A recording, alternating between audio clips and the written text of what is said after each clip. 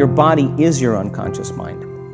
In a sense, if you're sitting down and you start thinking about some future worst-case scenario that you're conjuring up in your mind, and you begin to feel the emotion of that event, your body doesn't know the difference between the event that's taking place in your world, outer world, and what you're creating by emotion or thought alone. So most people then, they're constantly reaffirming their emotional states. So when it comes time to give up that emotion, they can say, I really want to do it, but really the body is stronger than the mind because it's been conditioned that way. The best way to predict your future is to create it, not from the known, but from the unknown. What thoughts do you want to fire and wire in your brain? What behaviors do you want to demonstrate in one day? The act of rehearsing them mentally, closing your eyes, and rehearsing the action of what you want, by closing your eyes and mentally rehearsing some action. If you're truly present, the brain does not know the difference between what you're imaging and what you're experiencing in 3D world. So then you begin to install the neurological hardware in your brain to look like the event has already occurred. Now, your brain is no longer a record of the past. Now it's a map to the future. The hardware becomes a software program, and who knows, you just may start acting like a happy person. And then I think the hardest part is to teach our body emotionally what the future will feel like ahead of the actual experience.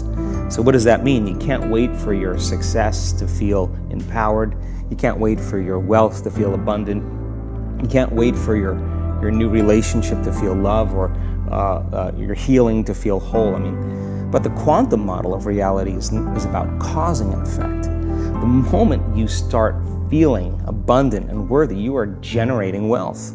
The moment you're empowered and feel it, you're beginning to step towards your success. The moment you start feeling whole, your healing begins. And when you love yourself and you love all of life, you'll create an equal. And now you're causing an effect. You become a creator of your world, and you start saying, my thinking and my feeling is changing an outcome in my life. And now that's a whole different game, and we start believing more that we're creators of reality.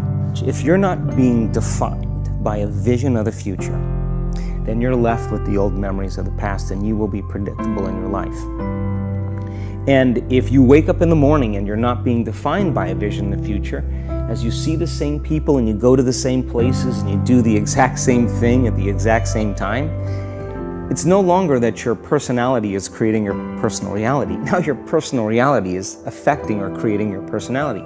Your environment is really controlling how you think and feel unconsciously, because every person, everything, every place, every experience has a neurological network in your brain. Every experience that you have with every person produces an emotion. So some people will use their boss to reaffirm their addiction to judgment. They'll use their enemy to reaffirm their addiction to hatred. They'll use their friends to reaffirm their addiction to suffering. So why is meditation the tool? Well, they need the